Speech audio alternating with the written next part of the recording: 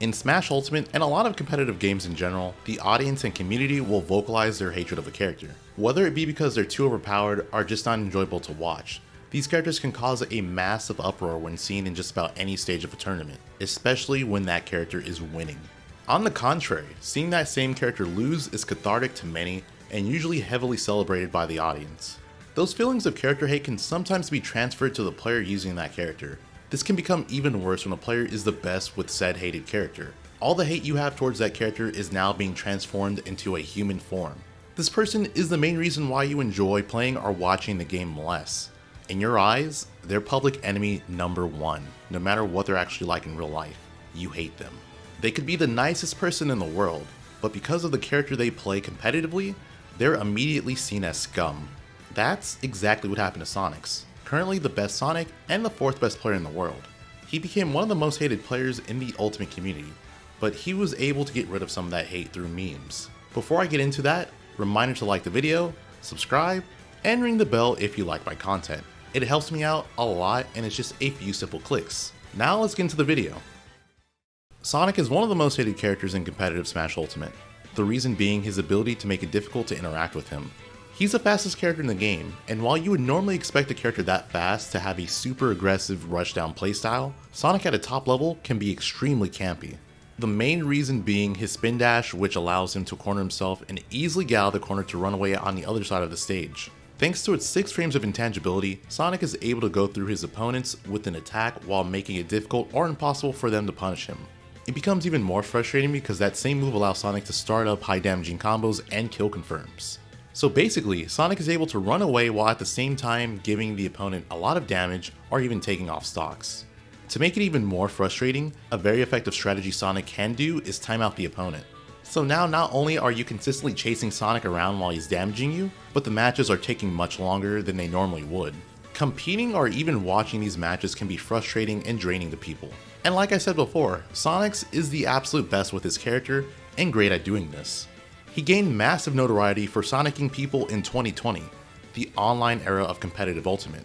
By the way, due to how bad Smash Ultimate's online is, some characters perform significantly better online compared to offline.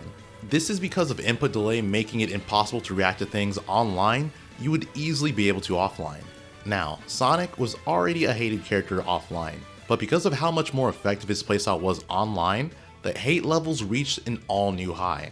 And the name people immediately thought of due to his success was Sonix. This player that no one had ever heard of at the time was beating and timing out everyone's favorite players.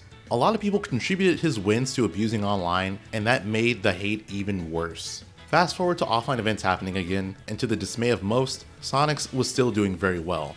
So his success immediately catapulted him to be the villain of Ultimate. Without even knowing him, he became the embodiment of everything people hated in competitive Ultimate. For quite some time, things were going on as they normally would. Sonix would get hate for doing well at an event, or people would get excited and cheer for seeing him lose. That is until one fateful day, a meme was created. Up a stock? You know the vibes. For whatever reason, this meme made people more okay with Sonix timing people out. In fact, some people even started cheering for him to do it. There was another meme made too. This matchup is unwinnable. Give up. These two memes single-handedly made Sonix less of a villain in the competitive Ultimate scene, and someone people actually cheer for. To further explain when and how much hate he got, on top of how the memes came to be made and affected his image, I got on a call with Sonix and asked him, which I will show you now, so enjoy. Glytch is a product I personally use, and if you've never tried it, I think you should. If I'm playing or doing a long watch party, I use it to help keep me awake and focused. I also use it as pre-workout whenever I go to the gym. Most importantly, it tastes really good, and is vegan, keto friendly, and gluten free. I recommend trying my flavor Falcon Smash, which is sour blue raspberry, Limit Test, which is mixed berry, or the strawberry revive flavor. If you want to try it out for yourself, go to glitchenergy.com or click the link in the description and use my code LarryLurr to get 25% off of your entire purchase. How's it going, guys? So I have with me Sonix, the person that this video is about. Yeah, how are you doing, man? I'm doing good, man. How are you? I'm doing great. So let's kind of push it back a bit and let's talk about the beginning of your Ultimate career. So 2019, do you feel like you were as hated, or did you get any hate at the beginning of Ultimate? No, I didn't. If anything, I didn't get hate. I got praise because people were like, "Oh, this Sonic is aggressive. He's different." That being said, I also lost. Like I wasn't at the top the same way I am today. So it's different, right? Like I feel like when you're the underdog, people like seeing you win, but at the same time, they don't like seeing they like seeing you do well, but they don't like seeing you do too well. So I feel like if I had beaten certain players, like people's favorite players and stuff, I still would have gotten hated. But because I was just like at that level, like almost breaking out, but too close, yet too far at the same time. Like the potential was there, but it was just the potential, right? I wasn't really beating people like that. And whenever I did, like the people that I did beat and stuff, I did beat pretty convincingly. I did cool stuff against them. So I guess people were like, "Oh, the Sonic is different. The Sonic is hype. This Sonic, the Sonic is different." That was the main thing. Like people would say, like, "Oh, it's not like Ken's," or something like that. So it was definitely different back then. Okay, so I guess you're saying that you would attribute your lack of hate just from you being not as good, and then on top of that, you weren't really doing or going for timeouts or stuff like that at the very beginning, right? Yeah, no. So so I actually learned how to play Sonic backwards. When I first started playing Smash, I would watch a lot of 6WX, and people would regard him as an aggressive Sonic, even though he himself didn't really call himself aggressive or anything. People just saw him as aggressive because he does the same thing I do now. Like he waited for an opening. Sometimes he went for good reads. He got the reads, but once he got that one hit, he pushed advantage to the max. So I would try to emulate that without really understanding what was going on. So I would play aggressive, but I would just crash into people, and I would I would get blown up for it. So yeah, like I would not camp back then. Like I refused to camp. I was one of those people that would be like, Sonic doesn't need to camp. Sonic is a rush down character. Sonic is fast. Sonic is this. And I remember Wrath and I were friends. We had like a weird relationship back then, like a weird friendship, because I would give him shit for camping. He would give me shit for not camping. And so yeah, I did not camp. I refused to camp. I was like, no, I'm gonna show you guys that you don't have to camp with Sonic. And so I didn't camp. That being said, I think it also came from a place of wanting public acceptance and public praise. Like I wanted to be different, especially since Sonic had such a bad name, right? And a bad image to the character.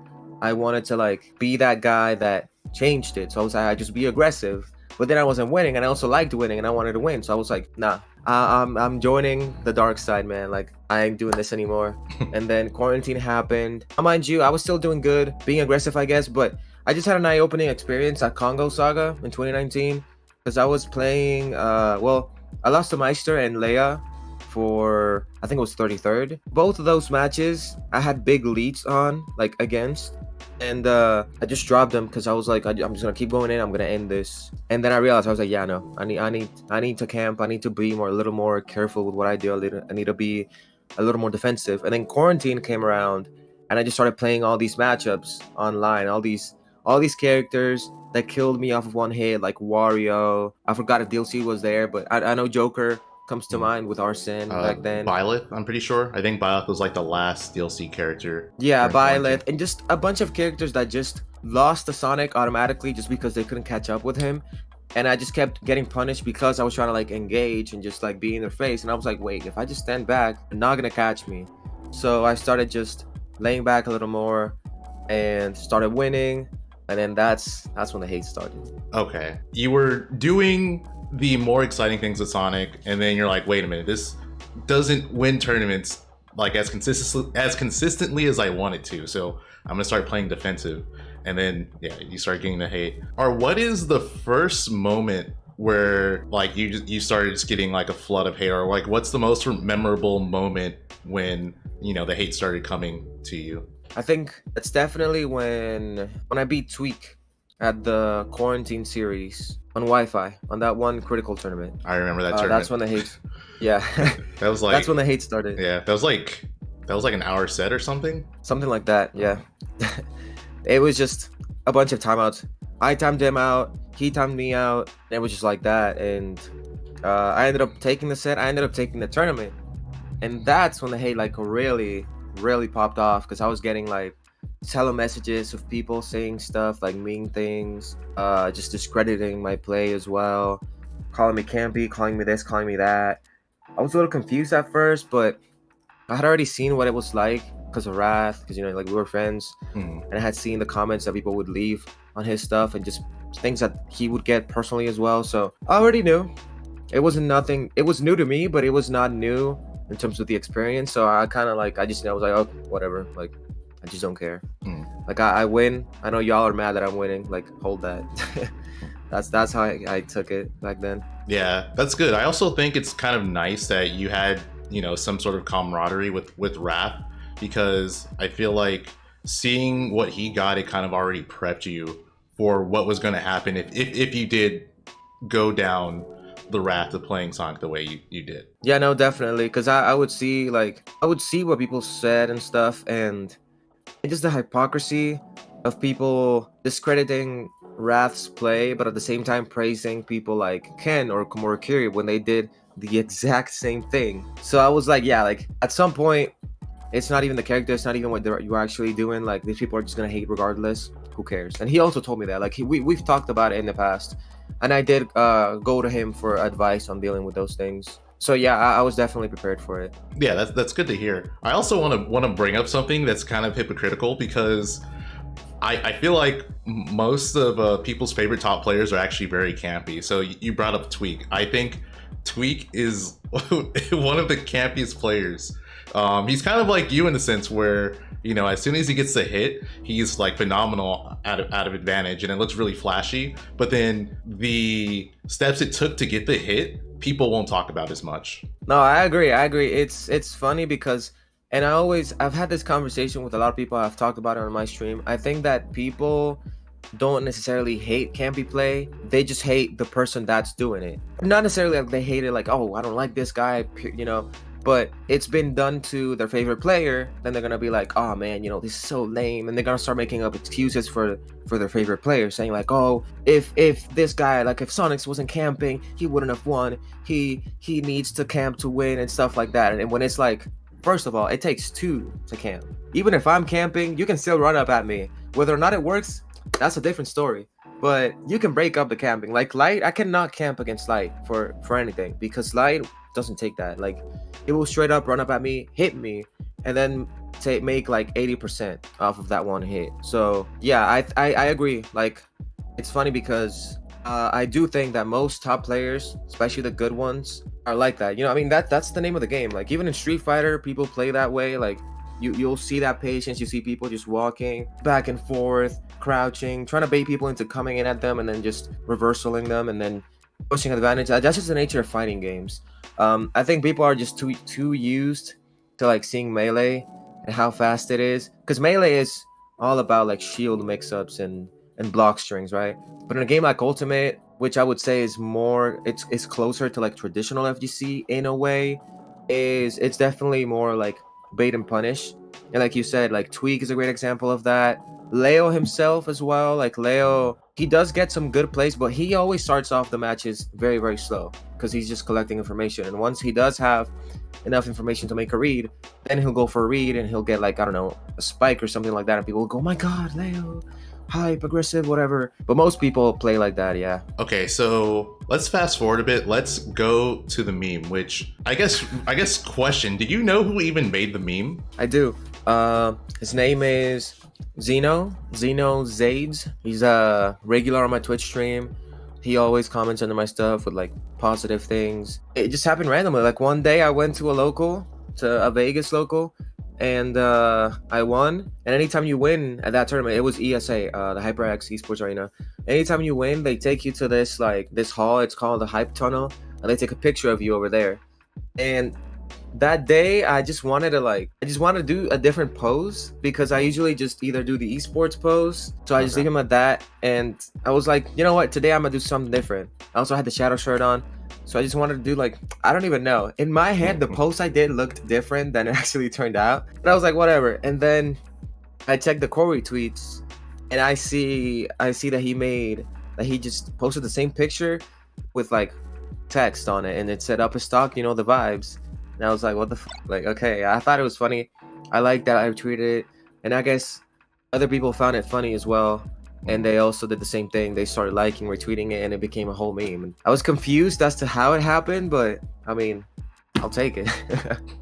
Okay, so I need to say this. So I'm guessing the shadow shirt just made you feel edgy. I'm not gonna lie, a little bit. I was like, I want to do. I don't know. In my mind, I just want to do like some sort of pose, especially because in the shirt that I had on, Shadow was doing like this, something like something with his fist, with his hand, like, you know. So I was like, I'll try to do something similar. So yeah, I think definitely. Okay, so after the meme becomes popular, and you know, of course, you were getting a lot of hate before that. How do you feel like it altered people's perception of you as a competitor? I think it changed it into a more positive light, for sure. I saw a lot of tweets of people being like, oh, this, like, I used to not like timeouts, but now I think times are hyped because of this, and it was just a picture. I had a lot of people walk up to me at SmashCon and just tournaments in general, because a picture's been out for a while now. Like at Gommel, at Smash Factor, SmashCon, I had a lot of people just walk up to me and be like, yo, like, I'm not gonna lie, I used to despise the way you play, your play style, and like timeouts in general, but the meme just made me actually like timeouts, and now I root for you to time people out. And I was like, wow, it's actually crazy. I didn't think it would come to that, but I mean, I'll take it. Like, a lot of these people that comment and just hate, most of the time don't even actually watch the match.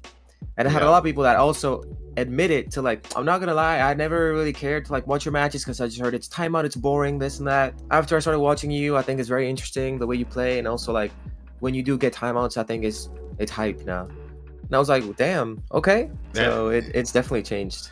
That is hilarious that literally that one image could just change people's perception of you. And then not just that, just the fact that you're saying people are excited to see you time people out now, like it's just becoming like this thing that people are anticipating.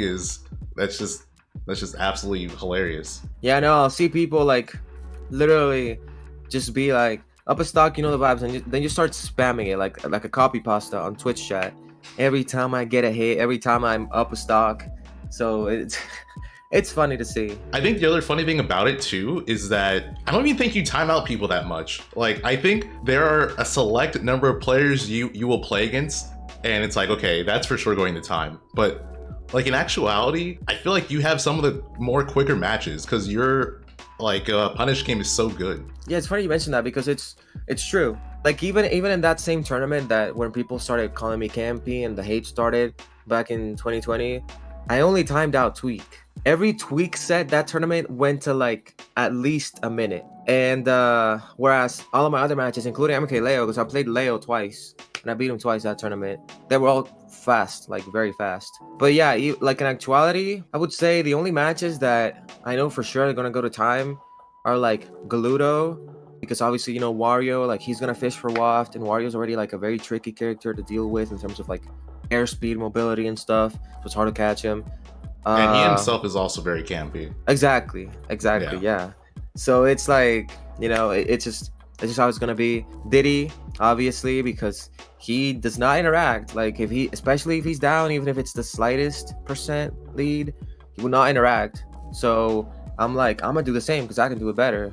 And sometimes me camping people out and timing people out is more of a statement than I need to. Like, I'll admit sometimes I can just end it, and I probably will just start ending it more often than not now, because I feel like sometimes trying to like play out that long game, for example against Diddy, like recently I lost to him. I had a decent lead game 5. I started off with a decent lead. Game 1 I also had a decent lead, and I felt like I could have just kept on putting pressure because he was cracking under the pressure. But I was like, I have a lead, you're camping me while you're down, so I'm just gonna camp you back. And so I think that gave him enough time to like actually breathe, relax, and then he got Galaga and he just made it back in one hit. So I think that moving forward, even if it's a timeout where I can like make a statement like, oh, why would you camp me if I'm already up, type thing, I'll just finish it anyways, because I lose focus, and then they bring it back, and then I get tilted because I'm like, oh man, I should have just zero to death them or something. Yeah, I think the Steve matchup is also one of those. But in short, yeah, it's not like people make it out to be as if I time everybody out, or as if every match I play goes to like down the wire, down to a minute, 2 minutes, and it's not even like that. Like most of the time, I either barely lose or I just destroy people in like 2 minutes. Like I'll 3-stock people in 2 minutes or something like that. So yeah, I don't know what game people are watching when they say that, but it damn sure ain't Smash Bros Ultimate. 'Cause, that being said, I also don't care. Like I've learned to accept that some people, like again, they'll just hate to hate, and that's fine. Like I guess people aren't forced to like everything, and I'm also not entitled to people having to like me. But it does get annoying when people say like, "Oh, he's just so campy. He's just timing people out," and I'm like, bro, like this game did not even take a minute. It did not last a whole minute, bro. Like what the f are you watching? But it's also like whatever. I've learned to just ignore it. Yeah, like I said, I watched your sets. Like you're not very campy in most of them. There's like a select number, and then I guess those just stick out the most to people. I guess one more question. You said you know in DD's set you were making a statement to try to time him out. Let's say the crowd's cheering for the timeout. Are you gonna give it to him? I mean, I can, but I would have had to take in at least like 2 stocks. I meant like in general. So like in general, like let's say you're playing against someone, and people are cheering for you to time them out. Or do you think you'll do it? I mean, oh my god, I don't know. It depends. It depends on how big the lead I have is, because if I already got a lead by not camping them and just by opening them up, like if I already have the reads on my opponent and know what they're gonna do and how to beat those things, then I'll just keep beating them up. Like I have more fun playing like that, and I think it's also less risky. Even though it's weird because obviously you're technically committing, right? But to me, it's less risky because like I already know and I'm already confident enough in my punish game. Like that already took me there in the first place. Whereas if I sit back to like get the timeout, right? I feel like I don't know, I'm gonna slip up, or because I'm not gonna kill them, they're gonna just I don't know, they're gonna get like some crazy opening and I'm gonna die to like a max rage move or attack, and I'm not trying to take that risk. All right, that's fair. Well, yeah, thank you again for doing this, Sonix. I appreciate it. Also, shout outs to Zeno for, you know, making the meme, man. Yeah, put him on your PR team or something, dude. He definitely that's crazy how that one thing changed people's perception of you. Between that and also the matchup isn't winnable meme, like yeah, I need to hire both of those guys for my PR team for sure. Was that a different person who made that meme? It was a different person. So what happened, I'm actually not sure exactly who made the meme, but so the context behind that meme is me and Wrath would play this one Falcon in the grind server in Nugacord. You know, we would like beat him, we were teaching him the matchup and stuff, and we were talking to him like, oh, you know, do this and that against Sonic. And he was asking us stuff like, how's the matchup, how good is it, and we were just telling him like, oh, you know, the matchup's not too bad, but at the same time, you know, it's kind of hard. And then it just created like a chain reaction of people asking how the matchup was against Sonic for the respective characters.